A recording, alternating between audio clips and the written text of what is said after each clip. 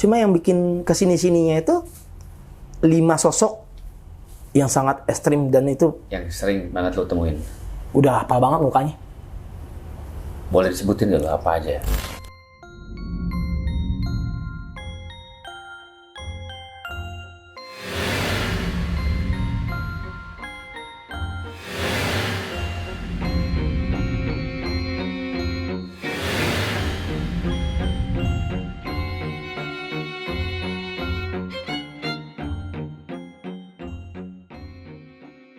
Boleh disebutin nggak lo apa aja?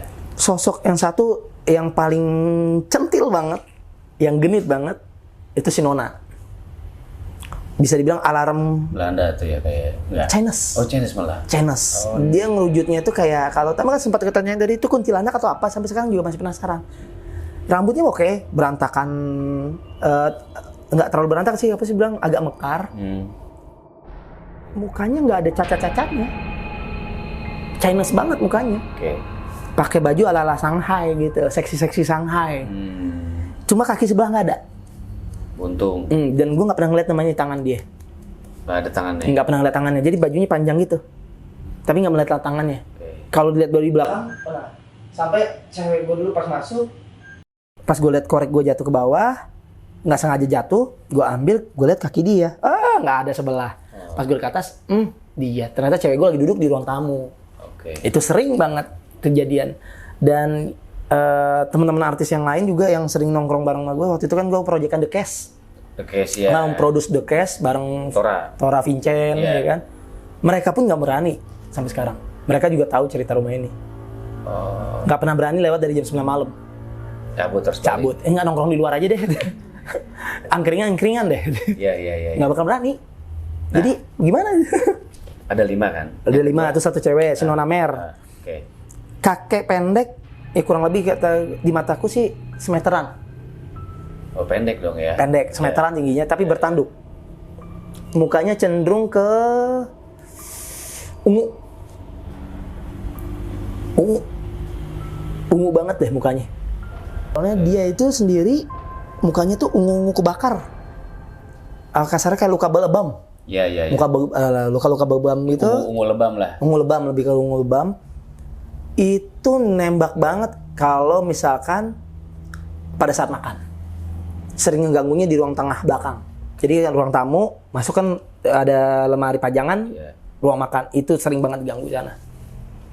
Mulai piring digeser, piring dijatuhin, lampu oyak berbum ke bawah, pajangan. Jelas mukanya nggak? Jelas banget. Jelas. Dia berani wujud. Nggak berantakan, nggak rata, nggak apa. Bertanduk doang, kakek-kakek bertanduk. Jadi pakai kayak ikat kepala, bukan ata ya. Ikat kepala gitu, ala-ala batik, itu nggak pakai baju dia. Baunya cenderung ke wangi-wangian, apa sih bisa dibilang? Kasturi. Itu paling nggak suka banget kalau misalkan, ya mungkin budaya gue emang gak budaya get ledor ya. Makan ya makan aja, nggak baca doa kadang-kadang kan. Cuma kalau nggak baca doa, woi. Jadi itu. Jadi dia pasti. Udah, dia penguasa ruang makan dah. Ruang makan dia. Naik ke belakang, jadi lurus ke belakang lagi, itu ruang editor. Bergerak sana tuh ruang media yang sekarang kerjasama lah sama media itu.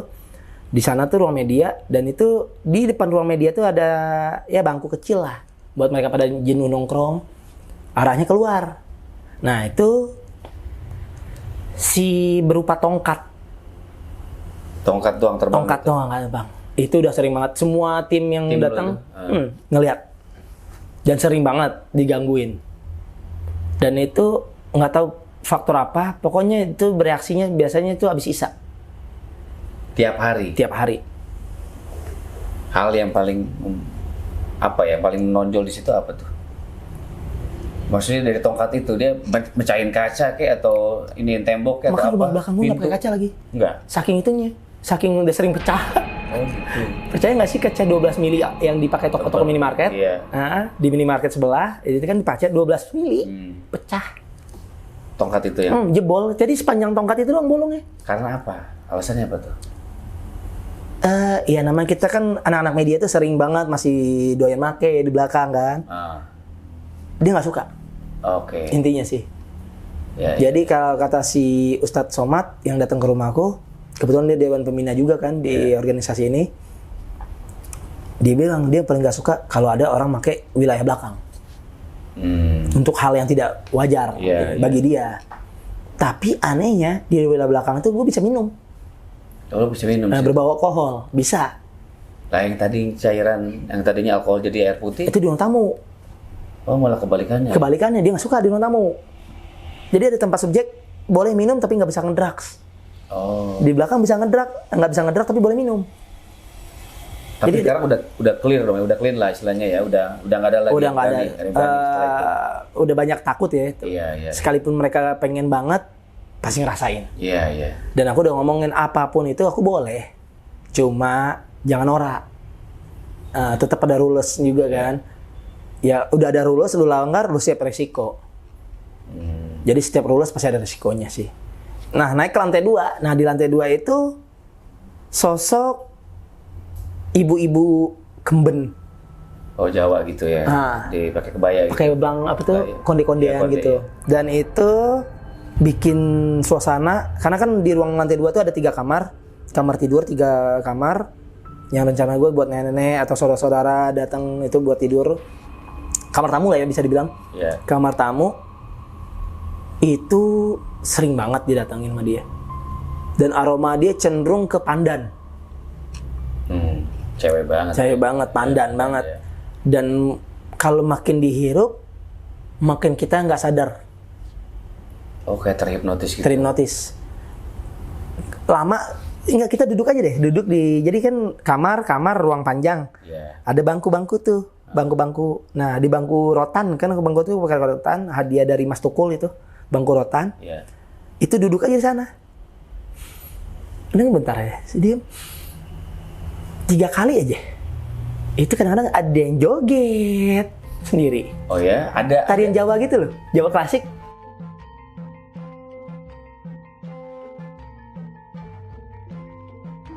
Ada ya, maksudnya yang di sekitar apa yang ada. Siapapun itu. Ada yang pernah lu lihat? Gue juga pernah ngerasain. Oh, lu juga pernah? Lu ngapain waktu? Itu yang ngerasa kayak pokoknya gue nggak bisa nari, tapi jadi bisa nari. Oh mungkin dia. Soalnya yang gue tahu pas habis ngisap ketiga tuh seolah-olah di dunia gue ini, yang gue lihat kelilingan gue suasana ini kali. Kayak hutan rimba yang orang pada nari gitu, dan di depannya tuh ada biduan cantik. Wah ini kayak film-film zaman dulu tuh yang pada klasik banget sumpah. Ya kan? Anjir. Dia itu bikin itu bisa lama loh sadarnya. Serius, bisa lama 3 sampai 5 jam mungkin lebih. 3 sampai 5 jam mungkin lebih. 5 jam? Bener. Itu udah gue rasain. Ya karena lu enjoy di suasana itu ya. Kan keluar kamar enak dong kalau kita relax di ruang tamu. Enak dah. Aroma terapi dihidupin enak tuh kan. 3 kali aja aroma udah berubah. Dan kita udah gak sadar. Kruku pernah tidur di atas, dia bawa orang tuanya dari kampung. Orang tuanya masuk kamar, tidur. Dianya duduk, capek. Mungkin habis capek tingkat barang koper kali ya. Dia tidur, dia izin. Bawa orang tuanya, dia tidur. Dia hidup 3 kali. Itu nggak bisa diapa-apain lagi. Sampai disiram pakai air bak 20 liter nyiramin dia kagak juga. Masih nari dia. Masih nari. Sampai ustadz yang kasarnya di Cipinang tuh ada salah ustadz yang Habib ya, dipanggil Habib. Dipanggil Habib, nawar dia aja susah. Nawar? Iya, mengembalikan dia. Oh. Nggak bisa-bisa juga. Akhirnya sadar-sadar pas subuh. Oh, nggak bisa dinego ya? Nggak bisa dinego deh. Subuh baru berhenti. Itu langsung nggak ada berdaya, langsung kita bawa ke puskesmas. Kayak energi habis lah pasti. Darah kurang. Ya. HB-nya kemana nggak tahu, nggak jelas udah. Kata orang habis naik gunung kali ya. Bisa jadi, iya. Dan itu gue juga ngerasain sampai aku dirawat 3 hari di rumah sakit. Gara-gara rumah ini juga. Itu lantai 2. Itu si Nyai. Udah 4 si Nyai. Nah, nih lantai rooftop nih. Yang paling sering banget itu di kamarku ya sosok nenek, bukan nenek juga sih. Tapi dia ibu-ibu tua. Sama bapak-bapak bersorban berdua. Oh, suami istri. Suami istri. Cenderung itu bapak-bapak sorban, jenggotnya gila panjang banget. Itu sering banget wujud dan itu paling sejuk banget tau lah. Jikir di kamar gue habis sholat, jikiran, kita duduk santai ngambil liat TV kan, jikiran gitu. Itu santai banget dan itu suasananya kayak Arabik banget dari rumah gue. Hangat. Jadi kadang tutup kamar, hidupin AC atau kipas, cetrek, ya kan, hidup, itu Arabik banget rumah. Tapi kalau dipakai jikir, kalau nggak dipakai jikir, AC full 2 PK, lu rasanya panas. Bukan panas ada-adanya lagi, keringet jagung bisa. Jadi bagiku sendiri, rumah ini menantang untuk ibadah lebih tinggi. Jadi lu semakin enjoy, dekat, ya? enjoy. Cuma seibadahnya kita juga masih digangguin juga. Jamaah aja, sajadah ditarik, Iya. lagi ruku didorong, sujud diteken. Pernah lagi mau sujud, di bawahnya ke muka dia.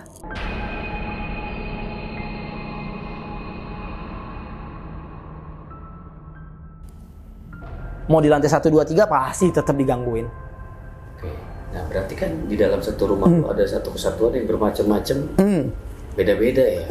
Ada nona mer, bawah. tongkat, Ini kakek, kayak si nyai, sama ibu bapak tadi suami istri. suami istri di atas tuh. Pasturi aneh tuh. Kok bisa ya maksudnya dalam satu tempat jadi berkumpul di rumah lo itu? Lo pernah cerita apa, dengar cerita apa gitu? Enggak ada. Sejarahnya apa? Enggak ada. Kalau kata Ustaz si Habib itu, kalau yang Pasturi ini dulu orang agama legend di sana, yang beragama sangat. Mungkin pertama kali masuk sana kali itu. Oke. Deket, nggak jauh dari pasar Elok, pasar Cipinang Elok, geser dikit tuh rumah dia. Sampai sekarang masih ada keturunannya. Dan gue udah lihat sendiri foto dia. Iya. Masih dipajang di ruang tamu rumah orang itu. Oh. Nggak jauh dari kantor lurah kasarnya. Gue lihat rumahnya, oh bener ini. Keturunan dia, cucunya dia bang, dia datengin, iya mungkin si Abah sering kesini, mungkin negur gitu. Sampai dialah yang menegosiasikan aku untuk sempat lah pengen jual rumah ini dong, pastilah dengan kondisi yang seperti ini aku pengen jual. Cuma dia bilang, Abah suka udah nyaman di sini. Abah suka udah nyaman di sini. Ya, Abah sama emaknya udah nyaman, Umi di sini. Jadi dia bilang titip, dan ini suka lintasan dia. Dia yang ngasih tahu kalau rumah ini pelintasan. Siapa yang ngomong? Anaknya si Abah tadi, yang suami istri lantai 3. Oh. Nah, di lantai 3 rumahku tuh, yang ngomong tuh anaknya dia. Cucu lah bisa dibilang, udah cucu dia. Si Abah sama Umi suka kesini. Oh. Jadi untuk ngingetin, karena itu kan satu-satunya kamar paling atas ya aku sendiri. Iya. Depannya rooftop. Jadi dia bilang untuk ngingetin abang di sini teh. Oh ya, oke. Jadi kalau agenda-agenda rapat ormas yang sekarang lagi aku dukung banget ya, lagi berjalan dengan ormas ini, mungkin ya bisa dibilang namanya banyak agenda kerjaan juga, sering nongkrong di rooftop tuh. Dan itu banget digangguin sama dia kalau misalnya kita nggak taat. Oke. Abis sholat nggak zikir digangguin. Abis sholat nggak zikir digangguin. Apalagi nggak sholat. Abis gitu ya babak belur. Iya. Tidur dibawa ke bawah.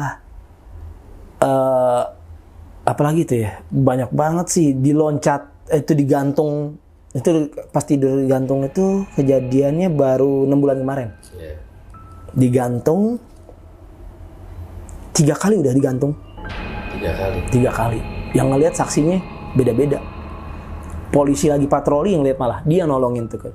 Oh. Yang terakhir polisi yang patroli langsung saksi mata juga. Itu ditarik kayak jadi tali, satu narik tali, yang satu megangin kaki katanya. Iya, Jadi badan gue tuh nggak ada yang megangin, kepala ditaliin kayak kambing geret, tapi ngawang. Dan orang si polisi itu ngeliatnya dari jarak katanya sekitar 100 meter, dan itu orang gelap kayak orang kok jalannya teh, saya ngeliat teh. Iya. Dan pas dia lihat itu orang, pas dilihat udah kegantung ke atas, ini merah habis, dirawat di rumah sakit. Ya makanya kata orang dropnya itu kenapa? Kadang digangguin itu lah. Iya. Banyak kok teman-teman yang channel YouTube diundang ke sana sama aku untuk main nongkrong gitu, sharing-sharing, nggak ada mau. Nggak ada mau. Sekalinya mau, kamera dia hancur. Dia ngetes omonganku, coba pakai aqua itu. Dia taruh aqua, kita berdua duduk di ruang tamu. Pas kamera dari sebelah kanan kan, bam, pecah.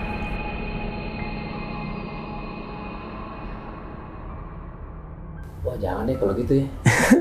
Ntar kamera kita rusak. Pernah aku bilang makanya saranin pakai kamera pendek aja. Jadi stand tripod pendek. Oh iya. Yang tripod HP gitu aja lah. Jangan yang tinggi, bahaya. Dia pakai drone. Dia masih penasaran sampai dia bawa kamera 6. Ingat terakhir itu dia pakai drone. Drone-nya ke bawah. Drone-nya terbang, kameranya bawah. Waduh. Wah. Jadi gimana ya? Kalau kataku sih rumah tuh nggak mau disorot sih. Oh, nggak mau dieksplor. Maka pas tadi dilihat di map, pas dilihat di map digituin, rumah tuh nggak bisa nyudut ke rumah saya, sedangkan rumah yang lain bisa. Gimana tuh? Di rumah lain bisa masukin ngeliat hadapin gini, dia nggak mau dihadapin. Dia maunya serong doang.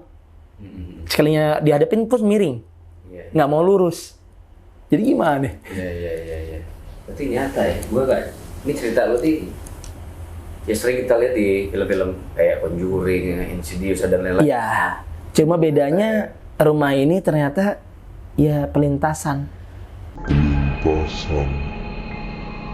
Mereka orang makhluk-makhluk itulah numpang lewat. Tapi numpang lewat rese. Iyalah. Nggak ada orang di ruang tamu tapi kayak berantem gitu. Maksudnya perlintasan itu antara dunia mereka, dunia real sama dunia mereka. Jadi dia lewat dunia real ini, dia lewat doang, tapi kadang-kadang jadi ajang berantem. Jadi ajang berantem. Ya. Dulu waktu itu kan nama di pajangan itu aku taruh lah souvenir, terus gold YouTube juga, terus pajang-pajangan itu pecah, dia jadi bam. Si tongkat ini kelihatan banget sama aku terbang. Posisi aku turun tangga dari lantai 2, turun tangga, si tongkat ini terbang dari belakang. Kau ngejar apaan, makhluk kayak warna hitam kebayang, pas pecahlah ring ini, pecahlah itu. Jadi kayak mereka tuh numpang lewat. Sering banget di dapur kayak kompor hidup sendiri, masak kopi sendiri. Padahal nggak ada orang di rumah. Secara tapi tidak membahayakan kayak kebakaran atau apa enggak kan? Enggak. Alhamdulillah sampai sekarang enggak. Cuma ke sini-sininya makin wanti-wanti ya. Lebih tepatnya makin wanti-wanti, bikin aku nyerah. Ada juga nyerahnya. Jadi bisa dibilang gue udah coba lo ibadah lebih tinggi, gue udah coba lo lebih baik dari sebelum-sebelumnya, tapi kok masih digangguin aja. Tapi yang gangguin bukan mereka yang 5 ini. Kalau 5 ini udah tahu apalah wujudnya gimana, gerakannya gimana, apa langgarangannya. Yang lewatnya ini loh yang rese. Mobil digoyang-goyangin sama supirnya. Itu udah, padahal itu salah satu toko parpol yang datang ke rumah. Mobilnya digoyak-goyakin juga, pembisnis juga, supirnya digoyak-goyak juga. Jadi intinya kalau ke sana bersih lah. Tapi nggak bersih silakan. Ya sama aja kayak kita di dunia real nih, perbatasan antara wilayah-wilayah ini. Kalau selonong boy kan udah siap ditembak. Pasti. Sama yang di situ atau enggak, misi dong gitu. Masih, harus ada misi-misi. Sama aja. Ruangan yang paling rendah banget resikonya adalah balkon depan. Di atas atau di bawah? Dapat menjadi sudut rumah lah kasarnya. Itu yang paling aman banget. Kenapa? Nggak terlalu banyak banget gangguan, paling cuma cemilan kita beli 9, tinggal 7. Beli roti-roti gorengan gitu, roti-roti goreng, beli 9 misalkan, tinggal 7. Makan sate, separohnya udah hilang. Kadang-kadang sate pakai sate ayam tuh, kuahnya nggak ada.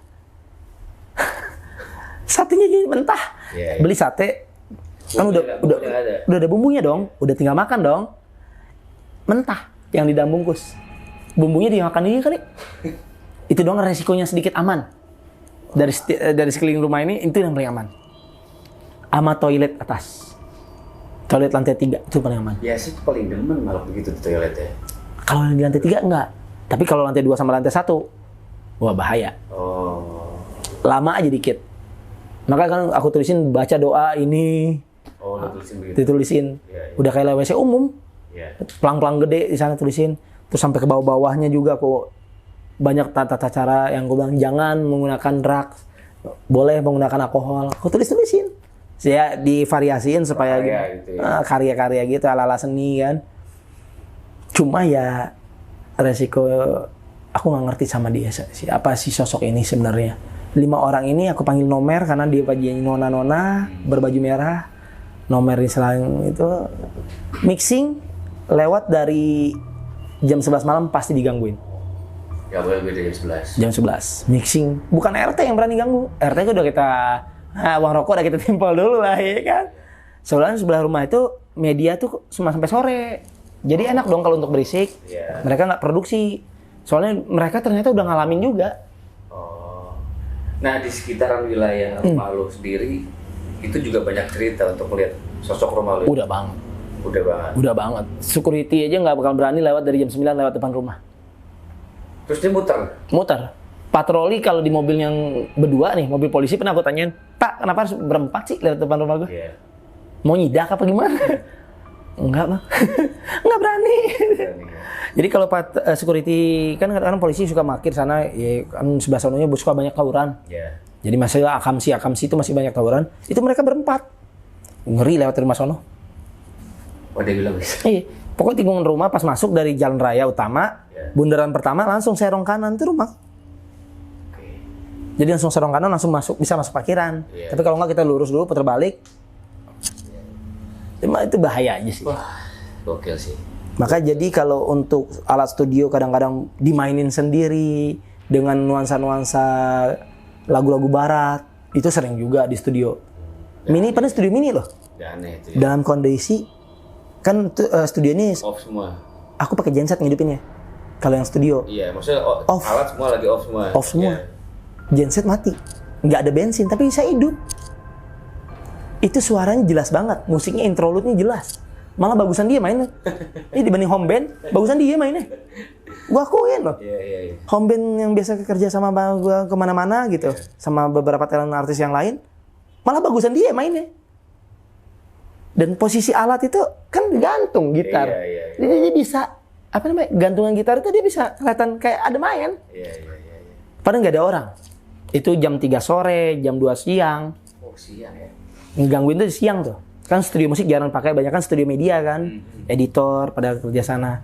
Kalau editor rame, kalau musik itu jarang. Kecuali ada proyekan, baru aku buka. Iya. Tapi itu, ya aku bilang, rame.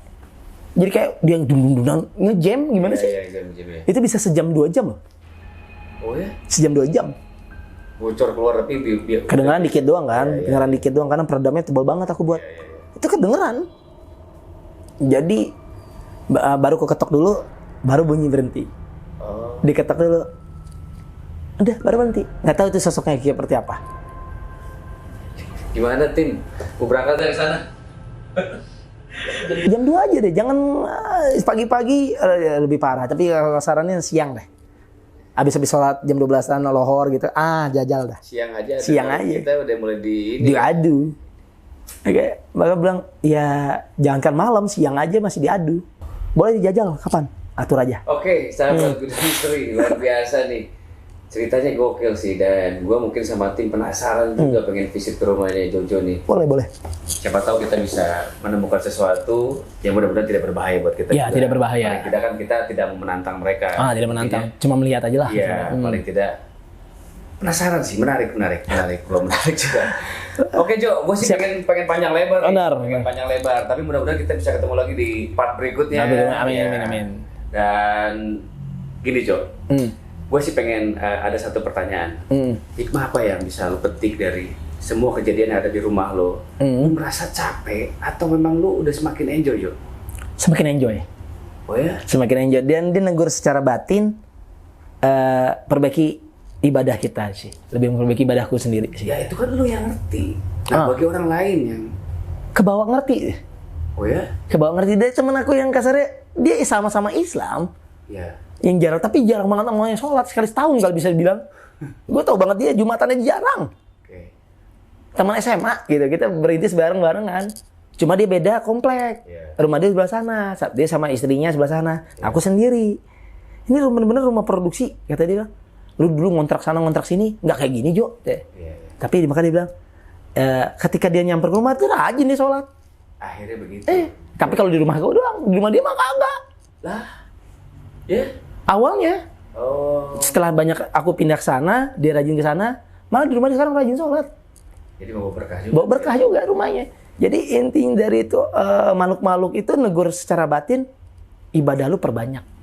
Oke. Perbanyak ibadah yang notifikasi mungkin selama ini longgar. Ya mungkin tak terabaikan lah. Ya kan? Banyak yang terabaikannya sih. Akhirnya sekarang mulai menata untuk rajin, lebih rajin. Ya, Apalagi bulan puasa begini. Syukron banget. Iya. Oh, bulan puasa ini nih tantangan paling berat. Maka jujur, bulan puasa itu bulan yang ku rinduin, iya. Rinduin dengan tantangan apa lagi sih yang dikasih sama dia? Nanti kita ceritakan di part berikutnya. Biasa sahur tuh digangguin, iya. Kita tungguin aja.